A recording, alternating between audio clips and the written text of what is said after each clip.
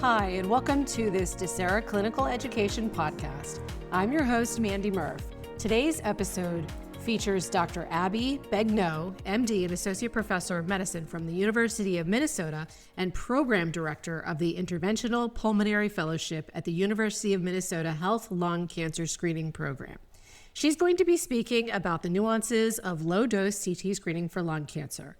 Dr. Begnaud will discuss the importance of referring eligible patients and also relay which patients are at risk and high risk for lung cancer despite not fitting the eligibility criteria for low-dose CT screening, but therefore should be screened. This episode is also part of a larger educational program titled Advancing the Early Detection of Lung Cancer, a multi-pronged educational initiative to elevate evidence-based screening practices. For more information on the speaker and a link to the larger educational program, please visit the show notes for this episode. And now, let's get started and hear what Dr. Begnaud has to say about this important topic. Annual lung cancer screening is recommended for people in the United States who are known to be at high risk for lung cancer based on a prior smoking history. Lung cancer screening with low-dose CT has been recommended and covered by insurance since 2013, yet still we see uptake rates of probably around 20%, just below 20%. That varies by state and varies by age group. But overall, maybe about 1 in 5 people who are thought to benefit from lung cancer screening, who are eligible for lung cancer screening, have received it and are up to date in this country. So we can certainly do, a lot better than that. When you compare that to other routine cancer screening tests, breast and colon and cervical, annual low-dose CT scan lung cancer screening has been shown to improve mortality. A large clinical trial in the United States showed a 20% reduction in mortality, which many people know that. And it's important to know that that study was stopped because 20% was the predetermined mortality reduction. So that means it probably underestimated the mortality reduction. Another large trial called the Nelson trial, which took place in Europe, showed an even more significant reduction in lung cancer mortality. That even varied in different groups as well. So women saw an even greater benefit from lung cancer mortality through annual low-dose CT scan for lung cancer screening.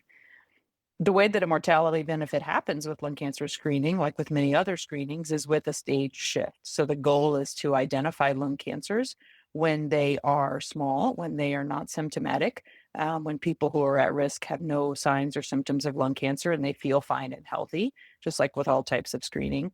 But if we can identify a lung cancer at stage 1, where it's very easily treatable, we have many options for treatment and for possibly a cure, we can see much higher survival rates for lung cancer. That's really the goal of lung cancer screening with low-dose CT scan. In 2021, the United States Preventive Services Task Force updated the guidelines, the recommendations for lung cancer screening. And the USPSTF guidelines are important because those drive insurance coverage. That's going to determine who can get screening covered by their insurance plans.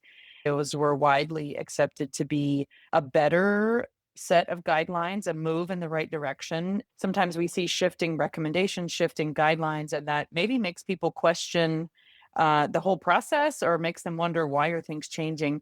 But these guidelines are changed based on recent evidence. In 2021, they had the addition of the Nelson trial. They also had the addition of some other modeling data, which was kind of more, computer estimates of the types of benefits that you could see with lung cancer screening.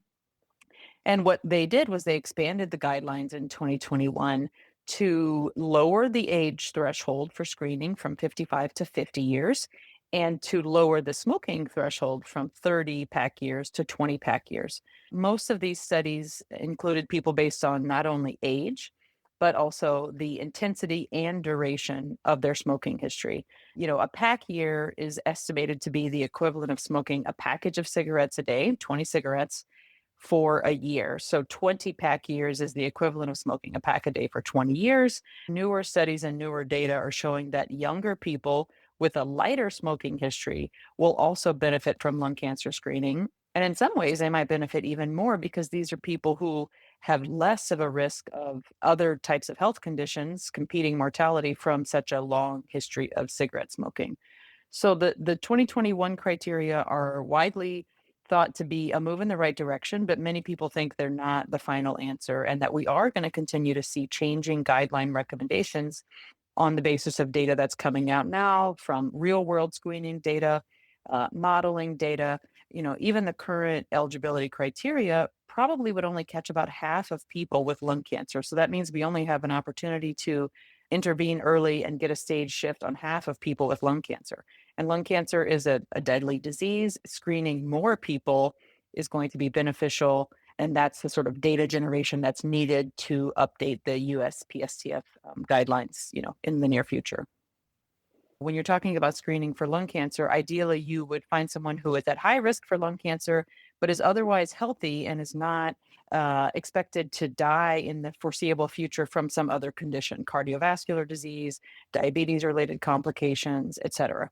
So people who are on the younger side of that age range and who have a lower smoking history, and people who are generally, healthier, maybe people who don't think of themselves as patients, they're just people out in the world living their lives. They're not experiencing a lot of problems. Maybe they're not seeking a lot of medical care. Those are the sort of people who, if we identify a lung cancer early, they are more likely to be able to withstand whatever treatment is needed for lung cancer. When people are at very high risk of developing lung cancer, let's say you have a person who's much older and has smoked a lot for a long time, and they have other lung conditions, chronic obstructive lung disease. People with lung disease might be likely to die of their lung disease, and they might be unable to sustain the treatment that is recommended for lung cancer. So even though you might screen them and you might find a cancer, you might not be able to get them through treatment for them to experience the, longevity and benefit of a lung cancer cure. Historically, societies have always been pushing the boundaries because, they are directly motivated to reduce deaths from cancer, right? And so some of it has to do with extrapolating data from the previous studies, looking at people who, once they stopped getting screened, they continued to develop cancers, and also looking at data that shows that even after you quit smoking, your risk of getting lung cancer never goes down to somebody who never smoked. The American Cancer Society recognizes this. The acknowledgement is that American Cancer Society guidelines don't drive reimbursement. And so they don't really drive change or sort of what people have access to, but they advocate for that on the basis of the fact modeling has showed that even if you quit smoking 16, 17, 20 years ago, if you're still in good health and you still have a life expectancy of at least 5 to 10 years, that identifying a lung cancer early and treating it is going to potentially save your life. Similarly, the National Comprehensive Cancer Network, their screening guidelines have always been outside of or kind of pushing the boundaries of what the USPSTF recommended. Even before the USPSTF originally came out with their guidelines, they were recommending to include a broader range of risk factors besides smoking history. There are a lot of known risk factors for lung cancer that are not cigarette smoking related. Occupational exposures are a big one. There's a long list of occupations where people are exposed to a variety of carcinogens that increase their risk for lung cancer. Exposure to radon, an environmental indoor air contaminant in homes, high in certain parts of the country, thought to be the second leading cause of lung cancer. Family history of lung cancer, especially if you have a family history of a lung cancer in a non-smoker, and somebody who never smoked and they have somebody in their family with lung cancer. That's clearly an identifiable risk factor. So the National Comprehensive Cancer Network has always been identifying risk factors for lung cancer. And so someone who has identifiable risk factors should be considered for screening. At the same time, those guidelines are to, I think, move the field, kind of push the boundaries. They adopt what we know clinically and what we know scientifically, but they don't, rely as heavily on, was there a randomized clinical trial that produced high quality evidence to come up with this, or is this either modeling, clinical experience, and other sorts of things? Are the other things harmful? Absolutely, they are. Part of it is that people tend to smoke products in a different way, right? When you want to talk about combustible marijuana, it's been hard to study that for a very long time. And so it's hard to even know, but clearly, anything that you're lighting on fire, breathing into your lungs is causing damage. And there's different types of damage. I often get asked about hookah pipes. And so The way that people smoke those things, even just like how they inhale them, how they use them, really does vary over time and by group and by product. So it's way more complicated than, a smoking pack year history. There's a lot of interest right now and data to suggest that perhaps instead of the pack years, we should be just looking at the years smoked. And so, more than 20 years smoking, because even if somebody smokes 5 cigarettes a day, 10 cigarettes a day, a person who smokes 5 cigarettes a day can still manage to get as much carcinogenic exposure as somebody who smokes a pack a day, depending on their smoking behavior. So if someone is discouraged from smoking by the price of cigarettes, for example, and they don't have the extra disposable income to just pay the full price for a pack of cigarettes, they might make sure that they get every little bit out of each cigarette that they have, right? They take a few puffs, put the cigarette out, save it for later, and smoke it a bit more. And that might be the same as smoking a separate cigarette in each setting. So none of the guidelines right now really in any kind of meaningful way incorporate those other types of smoking exposure that people might have. Secondhand smoke is another one people ask about. And I don't think we have probably enough. It's hard to sort of quantify those things in a clinical trial setting, that in a way that you can measure them and compare them. But I think it's clear that all of them contribute to, lung cancer and lung disease risk. So when I'm seeing a patient and they say to me, well, I smoked 10 or 15 cigarettes a day, and then I also smoke a joint every day or most days, in my mind, I'm kind of doing some very rough math to say, well, that probably adds up to about a pack a day. But there's no kind of objective black and white way that any of the screening guidelines incorporate non-tobacco cigarette smoking. Clearly, there are other risk factors for lung cancer which are hard to quantify but are definitely identifiable. And there are also risk factors for lung cancer that probably we haven't totally identified and don't routinely elicit from patients now, because certainly in my clinical work and my advocacy work around lung cancer, you meet people who don't have any identifiable risk factors for lung cancer. They never smoked cigarettes, they have no family history, they have no known occupational exposures, and yet here they are, in front of you with lung cancer. Race is really acting as probably an indicator of socioeconomic status, social deprivation. There are some studies which clearly show differences by race in terms of average cigarette smoking and rates of lung cancer. And kind of like a broad description of that study might be that Black Americans and some Native Americans might get lung cancer. Asian Americans might get lung cancer with lower smoking histories. My suspicion is that what that reflects is maybe secondhand smoke exposure, environmental exposure in their personal lives, occupational exposure. So I think a lot of these social deprivation factors are probably a better indicator, because you might have people who are doing different types of jobs which are more likely to be exposed to carcinogens, as opposed to sort of a white collar worker or somebody in an office who, isn't exposed to various kind of pollutants in their job setting. The best place to be looking for people who can benefit from screening, right? Primary care practices, places where patients are coming in not for a lung related complaint, but maybe coming in for, an orthopedic complaint or kind of their routine checkups. I think, women's health providers are places, urgent care clinics, sort of places, again, where people who they don't feel like patients, they're just people living their lives, but they are interacting with a healthcare entity in a way that they might have a chance to get an opportunity to get screening. The 50 age range, anybody who is currently smoking at the age of 50 is probably eligible, just based on when people typically start smoking. And then if you have people who have smoked, anytime recently in that 50 years old age range, it's definitely worth thinking about. It's tricky to identify people who are eligible for screening based on the current criteria. Most electronic health records don't really afford an easy way to document the smoking history. It's actually quite time consuming to get a detailed smoking history from someone. You're really asking them about their whole life story. So again, I think if someone's at around the age of 50 and they smoke now or they've smoked recently, those are definitely people you'd want to be thinking about. And I think for even people who are older than that, if they have smoked for at least 20 years, it's worth thinking about for sure. I always ask my patients about other risk factors for lung cancer as well. I know that, if someone's coming in for a totally unrelated complaint, that might not be part of the what makes sense to include in that clinical encounter. I ask people about radon, I ask people about their occupational history, I ask them about their family history. But even without all those additional risk factors, if you have someone who has any, tobacco smoking history and they're over 50, it's definitely worth thinking about and probably almost leaning towards thinking you're going to screen them unless you've come up with some compelling reason not to. There are a number of barriers on the sort of patient or screening person perspective. Number one, the primary one is most people who would benefit from lung cancer screening do not know that it is available. They don't know that it exists. Even people who are very proactive about their healthcare, they're up to date on all of their other recommended cancer screenings.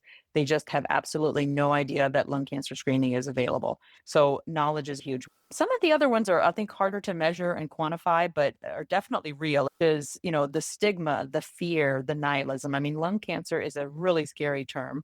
Lung cancer has historically been universally almost fatal disease, right? And so even if people hear lung cancer screening, they're like, well, I don't want to know if I have lung cancer. I don't want to go looking for that. I don't want to find out if I do.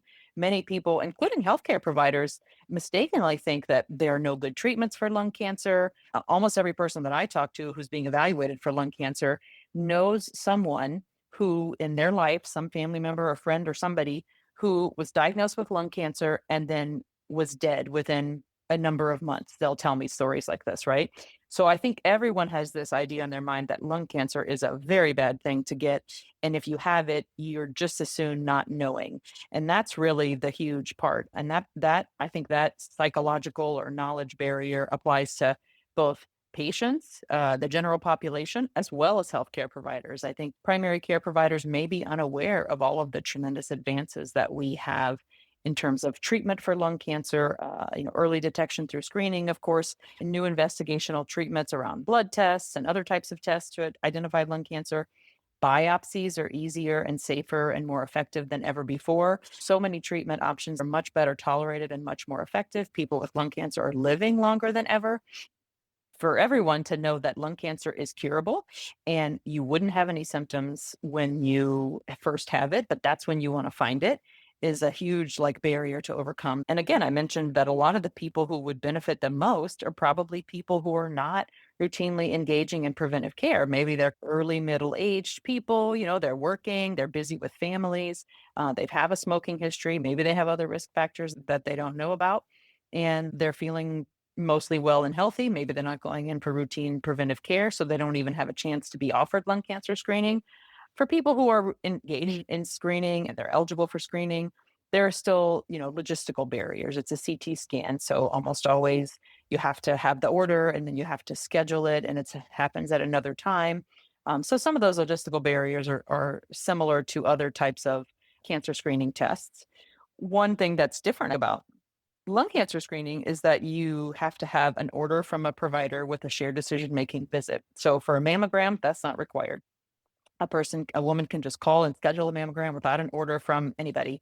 But for lung cancer screening, you have to have an order. So you kind of have to fit together that individual person having the knowledge and the wherewithal to get screened. And then they have to be paired up with a healthcare provider who also has the knowledge and the motivation to help get them screened. So it feels sometimes like matching up those two different components is the hard part. For a test like a low-dose CT scan, which does administer a small amount of radiation to a person, this is exactly the reason why we don't screen everybody, right? We don't screen at a population level right now because continual exposure to radiation would likely cause some potential harm over time. And that's exactly why we're looking for people who are at a higher risk for lung cancer, who have an identifiable risk factor for lung cancer, because we know that for those people, the benefit of getting screened outweighs the risk.